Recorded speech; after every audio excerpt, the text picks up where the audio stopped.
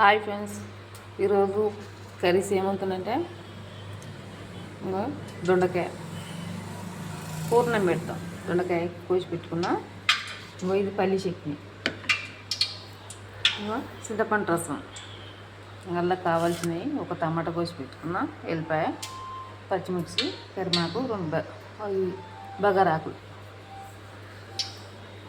ఇంట్లో అల్లా కావాల్సిన ఈ ఐటమ్స్. సరేనా ఫ్రెండ్స్, పూర్ణం పెడతాం. అల్లం పేస్ట్ ఇట్లా నూనెలో మగ్గించుకుంటే జర కాయలకు మంచిగా పడుతుంది, దొండకాయలకు కారం మంచిగా పడుతుంది, టేస్ట్ బాగుంటుంది. అట్లా నూనెలో ఉడుకుతాయి జర. ఈ నూనెలో ఉడికినాక ఆ చింతపులుసు, ఆ పల్లి చట్నీ వేసుకుంటే సరిపోతుంది.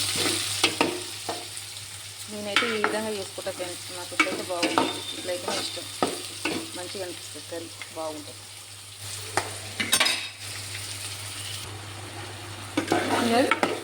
పల్లి చట్నీ వేసుకున్నా, కారం వేసుకున్నా.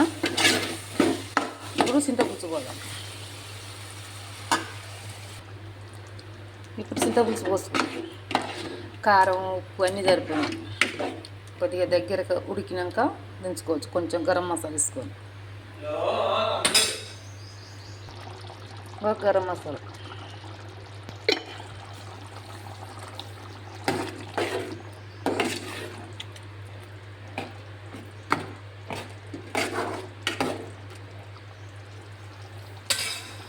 కూర రెడీ అయింది. 2 నిమిషాలు ఉడికితే సరిపోతుంది. దొండకాయ పూర్ణం.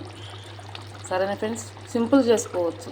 అలా కావాల్సిన పల్లి చట్నీ, ఒక టమాటా, చింతపండు రసం, దొండకాయ, అంతే. టేస్ట్ బాగుంటుంది. ఎప్పుడు ఒకే రాగం వండకుండా అట్లా వండుకోవచ్చు.